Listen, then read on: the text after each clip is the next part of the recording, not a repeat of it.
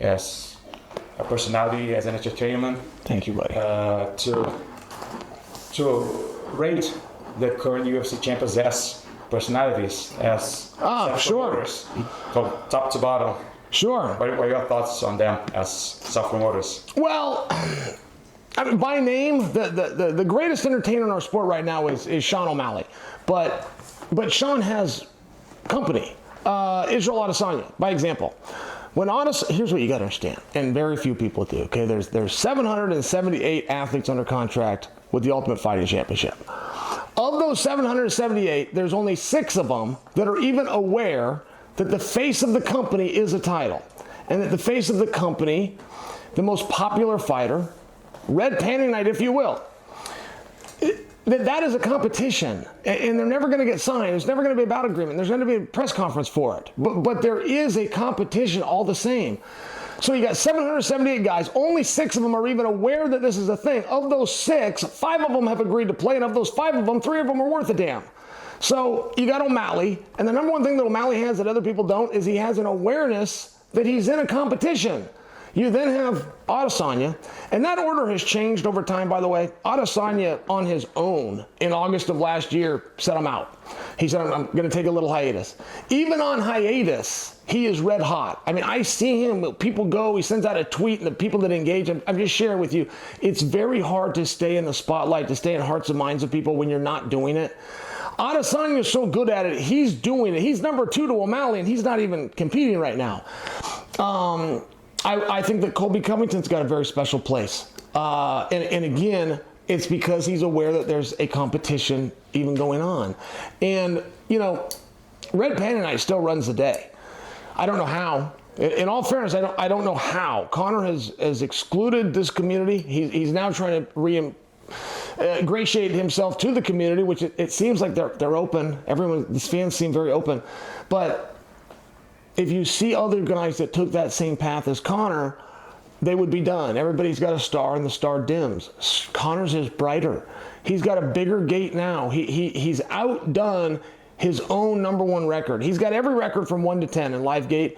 He's now going to replace his own number 1 record. He's got 23 million at the box office waiting for him. They'll have 29 million when that thing is totally full. It is unbelievable what a star that guy is. And the word in the streets that maybe not showing up. Yeah. Well, and I'll tell you another thing too, by the way, is I'm aware that he's probably not gonna come to this. Another one that's doing great is Michael Chandler. Michael Chandler's another one that it took him a while. Michael Chandler wanted to do this. He wanted to find that microphone. He wanted to find the camera, get over the audience, but he wasn't sure how. And he didn't quite have the confidence. And what he's found is he's a really interesting guy. He's a very handsome guy. He's a very charismatic guy. Like, he looks good in a shirt. He's got a cool hairdo, right? He's got the beautiful wife. He's got the kids and the family so he'd just be so proud of himself. And I think once he found self-confidence in what he's doing, he's just being himself. That's all he's doing. He just didn't know that he was interesting until recently. Another one is Volkanovski. He doesn't know. Volkanovski just finding out how skilled he is at entertaining people. I think that Ilya Topuria is trying to embrace that. Paddy the Baddy has, of course, embraced it. But of these guys that are interesting, to be the absolute number 1 guy, you have to know you're in a battle. And Sean O'Malley does, and that's the reason he's winning. If you were on Chandler's shoes, would you have waited so long? No, I would not have. But you don't know. You see other guys do it, and you know that's the direction. There's even techniques like that, man. There's techniques where you see someone doing it. Gosh, that was cool. I admire that. But it takes a confidence. You know, like Anthony Pettis running up a cage and kicking a guy off the cage. It takes a confidence to even try that. Jon Jones, every fight that he has will bring something new. Every single Jon Jones fight, within the first 30 seconds, he will do a move that he's never done before and that we have never seen before. Like Joe Rogan will be stuck every single Jon Jones fight within the first 30 seconds because he doesn't know how to tell the audience what Jon did because Jon just made it up. That stuff's great, man. You get guys that can do that and they can keep that motivation and have that self-belief. It's awesome. Which UFC champions you see a lot of potential as a marketer, as a personality, but doesn't doesn't have any favors. And I could almost cut you off because I already got him, which is Islam Makhachev. Well, I met Islam and he was so charismatic. and he was so funny. And Islam is almost a heel. You know, those guys from Dagestan and that team are so proud of themselves, but they think other people see that as arrogant. Or their skills are so well refined, but they think that people think that's bad sportsmanship if you talk about somebody else's skills. And I disagree. I think they earned that. I think they are ahead of the curve. I think they got to that position the hard way. I think they sacrificed more than other guys did. And I don't think they have to be so polite about it. I wish Islam would come out and be a heel. I mean, guys that know Khabib, if you get to meet Khabib off of camera, he is secretly very funny. They have a very unique sense of humor. I wish he would share it more. He's got I mean, if he would come out, Dominic Cruz was this way. Dominic Cruz is the most interesting guy, not just in the sport, in the history of the sport, but he won't show it on camera. He thinks it's impolite. And then when Dominic got a job being a commentator, he thought it was like against the rules. Hey, I can't do certain things. I am hired to build guys up. So he stopped building himself up, and then, you know, it's one of those things where sometimes you got to be a little bit ruthless, and he doesn't want to do it. But personality-wise, Dominic's fun, man. Dominic's awesome. Do you see anyone beating Islam at 55? No. Oh, heavens, no. I mean, there's guys that could catch him or things like this, but nobody could beat him, and nobody could beat him twice, that's for sure. Like, I mean, if you were to really go out there and prove it, I do think that Arman Sakarian is in a great position. I think having that experience with Islam already, he won a round against him. Many people tell me, I didn't see the fight, many people tell me he won 2 rounds against him, and he did this on short notice. But if he gets through Sakarian, first off, Sakarian's got to get that fight. And we can't just keep making Islam do rematches when the only thing Islam's ever asked for is to not do rematches. He's never asked for anything else.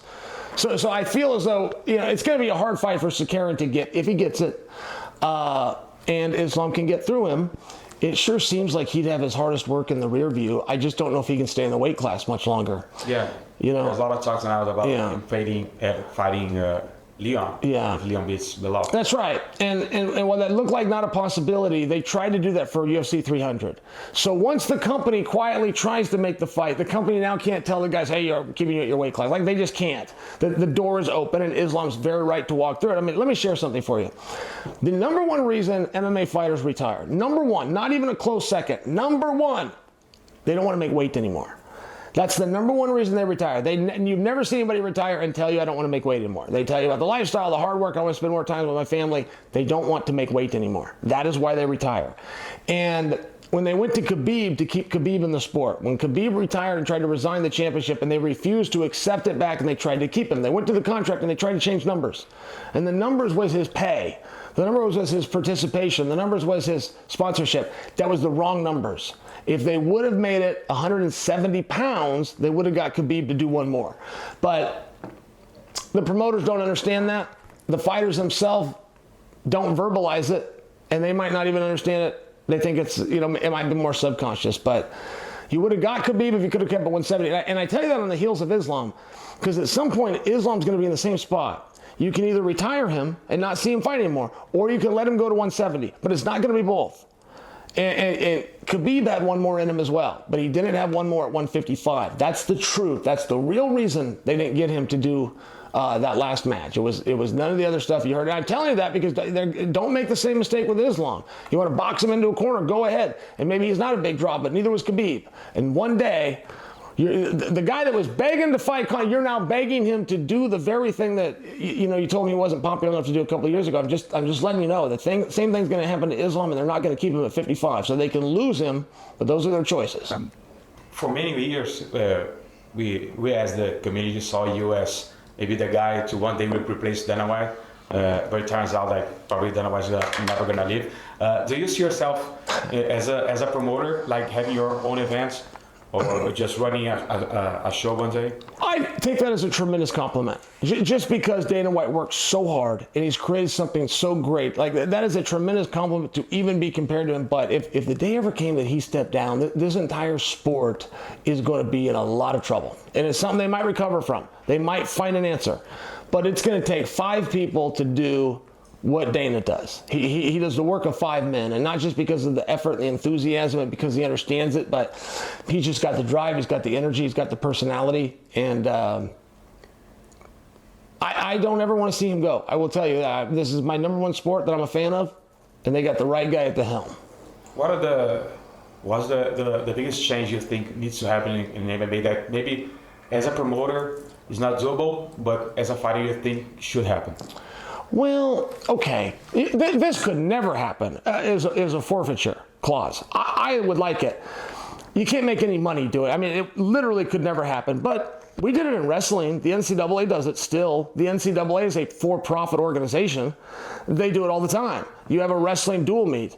You agree on who's going to show up. If one guy doesn't show up, the other guy walks out there and he gets his hand raised. The team gets the points. The reward still goes to the guy that showed, which is the number one thing about our industry. Bryce Gracie had a loss. Sure. His record was like that. That's right. They just removed it when they. That's right. But I will just tell you, like,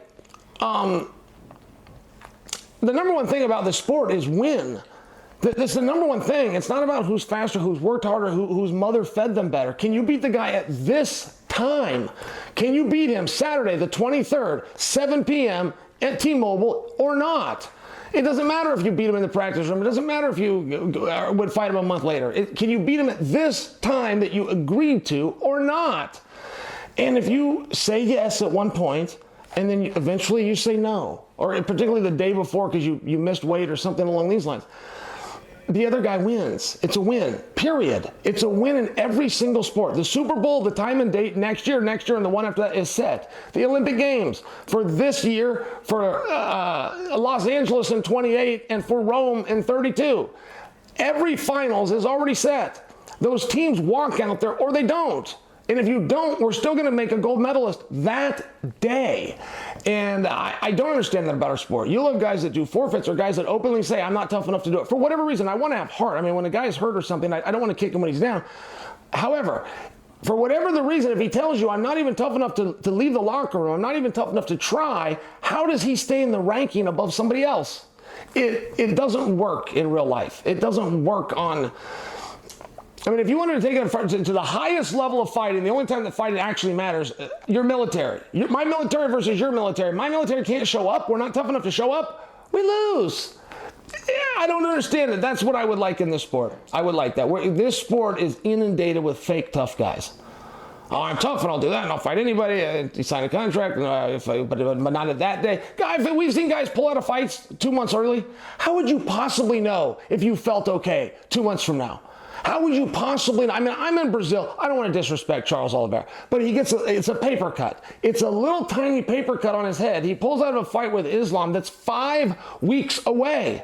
How would he possibly know if the commission was going to approve that paper cut or not 5 weeks from now? And if somebody's going to correct me and tell me it's 2 weeks from now, I don't care if it was 2 hours from now. Until you've met with the commission's doctors who have told you no, it's ridiculous. I went to school with guys, lots of people, and they dropped out. They dropped out of the master's program. They dropped out of their bachelor's program because they didn't have time to read the book, or they didn't have time to write the paper. And I could never understand why you would take yourself out. If you fail, they will kick you out. Let them do it. Don't beat yourself for them. Write the paper. Write a crappy one. I couldn't write the paper. It's 5 pages. I didn't read the book. Write 5 pages of garbage then. You don't have to read the book. Do something and turn something in. I could never understand that. And it's the same thing when a guy pulls himself out of a fight. You just beat yourself. Why? It's not your call if your cut is too bad. It was not Charles Oliveira's call if that cut could get him cleared or not, any more than it's my call to say that he could have done it. It was a commission's call that's in a different country than he even went to.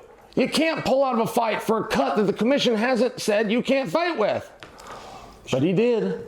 And he's not the only one. There's lots of guys. I don't feel good today. I was thrown up today. What's that got to do with 2 months from now?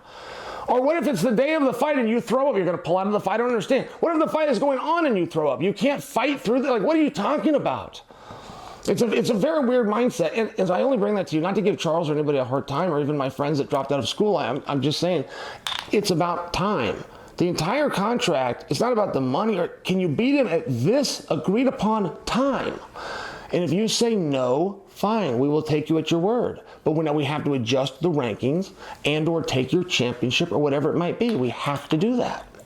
Should Jon Jones be ranked right now? Like there was a debate like Jon Jones or Makhachev, like the number 1 pound for pound, and then I will tell you this. Passion about defending Jones. I will tell you this. if we use history as our trajectory to the future, when guys have been injured, we have showed them grace. We just had a heavyweight champion in Francis Ngannou who had his MCL. He had to get that redone. And we showed him grace. It was 11 months. 11 months, and he was in a contract dispute, and he was trying to box at another organization, and we still kept the belt on because we knew he was hurt. Dominic Cruz, when he had his ACL torn, returns and his ACL tears again. We showed him grace. Jon Jones is not only hurt, he happened to be videoing the workout when he got hurt. Like, we saw it happen on camera. Absolutely, he should be shown grace. He can't keep that belt forever. It's not a situation like that. But historically, when a guy is injured and he's trying to come back, we give him the opportunity. That's just the truth.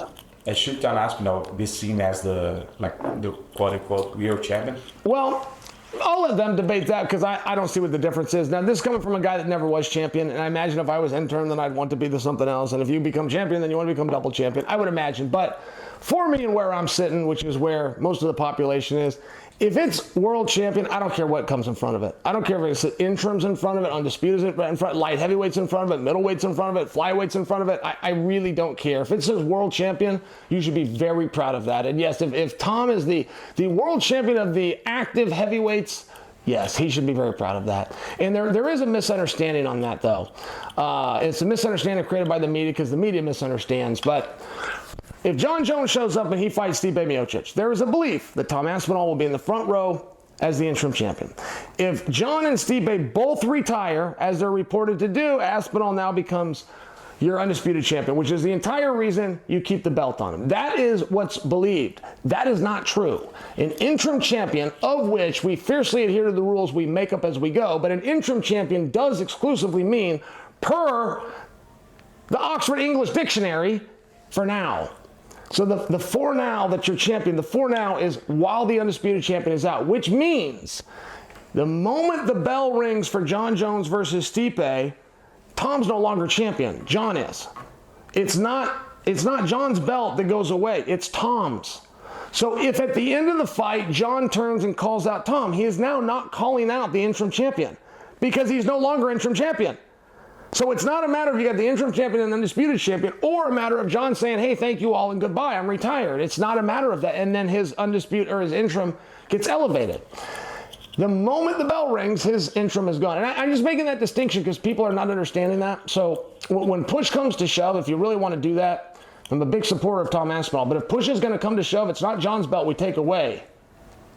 It's Tom's. That's the one that when a bell rings, it's going to lose. Tom is the only one here that can lose his belt without throwing a punch. Jon can't. So I'm just sharing with you. It's one of those arguments that Team Aspinall would want to not happen if they understood the ramifications in the actual rule. But I don't blame them for not. Nobody does, and we change it with time. I mean, Jose Aldo and Ronda Rousey became champion without ever stepping in there. So we can do whatever we want, but history says that when the bell rings, interim championship goes away. Just a final one. Speaking about belts, they just unveiled that there's a belt on the line between you and Anderson Silva. Okay. They showed it at the face of that. Does that mean anything, or just that like a trophy you gotta take home? That okay, I beat Anderson. Yeah. Oh, I want that belt very much. Yes, I didn't know that. I didn't. You didn't see it yesterday? Well, I did see it, but they never made it. Nog had it, and I didn't know if that was just for marketing for the. I didn't know what that was. Yeah. I forgot about it until you just said it. But yes, I did see it. It was a beautiful belt. Yeah. And yeah, that might not be a championship. It might just be a trophy. But in this space, that's the trophies we fight for. So yes, I want that. I want that very much. That's exactly right. Yeah. And how do you get it done? How do I beat Anderson? Yeah. Well, I'm gonna touch him more times than he touches me. And I think I'm faster than him, and I think I waste less time than him. I feel like he wastes time. He calls it setups. He does some trickery and some showmanship for the crowd. But I think it's a waste of time. I'm not going to do that. I'm going to use that time to touch him while not being touched. That's my plan. I made a mistake fighting him 1 and 2, which is I just tried to exhaust him. I thought I could put such a pace and such a pressure that I could make him quit. And it ended up using my energy, and he was still there. So I'm definitely going to be more tactical. I'm going to be smarter, but I'm going to touch him more times than he touches me, and I'm not going to waste any time doing it. Sounds good. Perfect. Kaboom. Thank you very much, man.